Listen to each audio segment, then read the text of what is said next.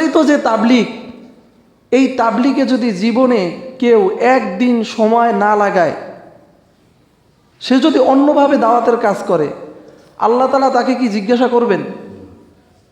আল্লাহ তাআলা কি তাকে জিজ্ঞাসা করবেন কেন করো নাই?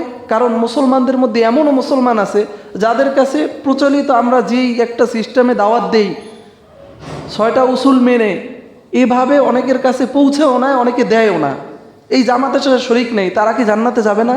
যাবে। কেউ যদি জীবনে একটা চিল্লা না দেয়, 2 দিন তাবলিগে না যায়, তাহলে তাকে কি আল্লাহ তাআলা ধরবেন যে তুমি কেন যাও না? অন্যভাবে দাওয়াতের কাজ করবে।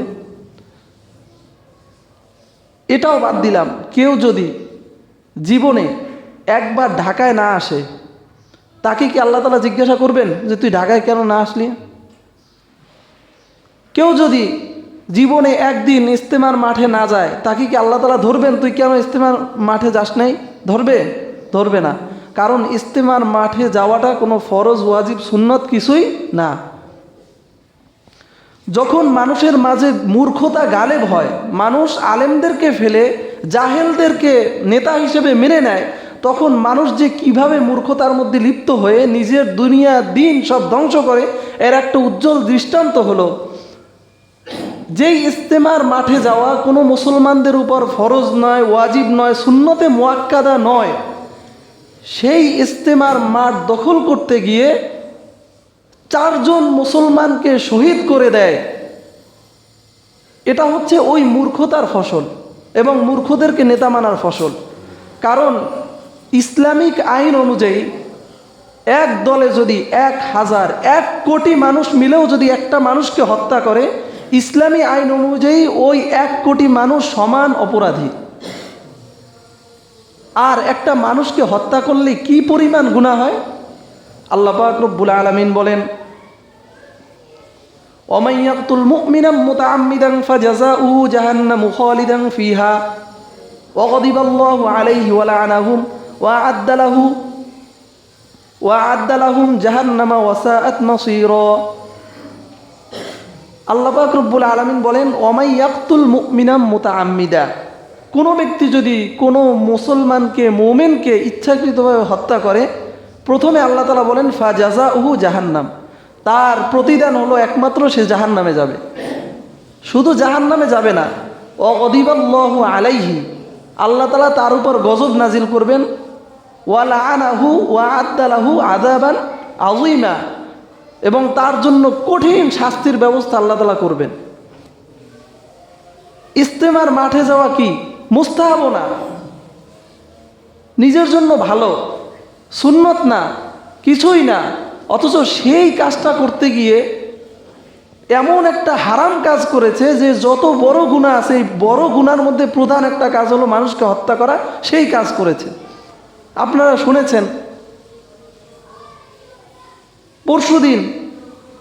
গত পরশুদিন সরকারি নির্দেশনা ছিল, সাদপন্থীদেরকে বলেছেন যে আপনারা আমাদের সিদ্ধান্তের আগে আপনারা মাঠের মধ্যে প্রবেশ করবেন না। তারা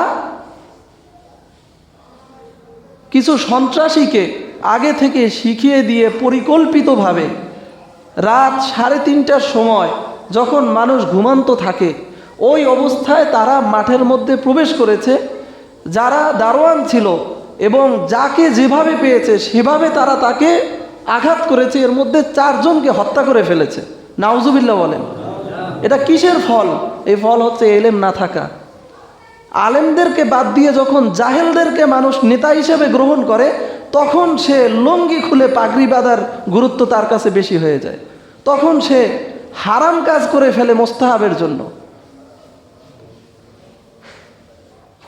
এই যে বিষয়টা হলো, একটা মানুষ তাবলিগে সময় লাগায় এই জন্য নিজের ফায়দার জন্য, হয়তো নিজে হেদায়েতের পথে চলতে পারবে, অনেক সওয়াব হবে, কিন্তু সওয়াব করতে গিয়ে এমন একটা কাজ করে ফেললো যেই কাজে তাদের জন্য জাহান্নাম ওয়াজিব হয়ে গেছে। এটা কি কোনো বুদ্ধিমানের কাজ হলো?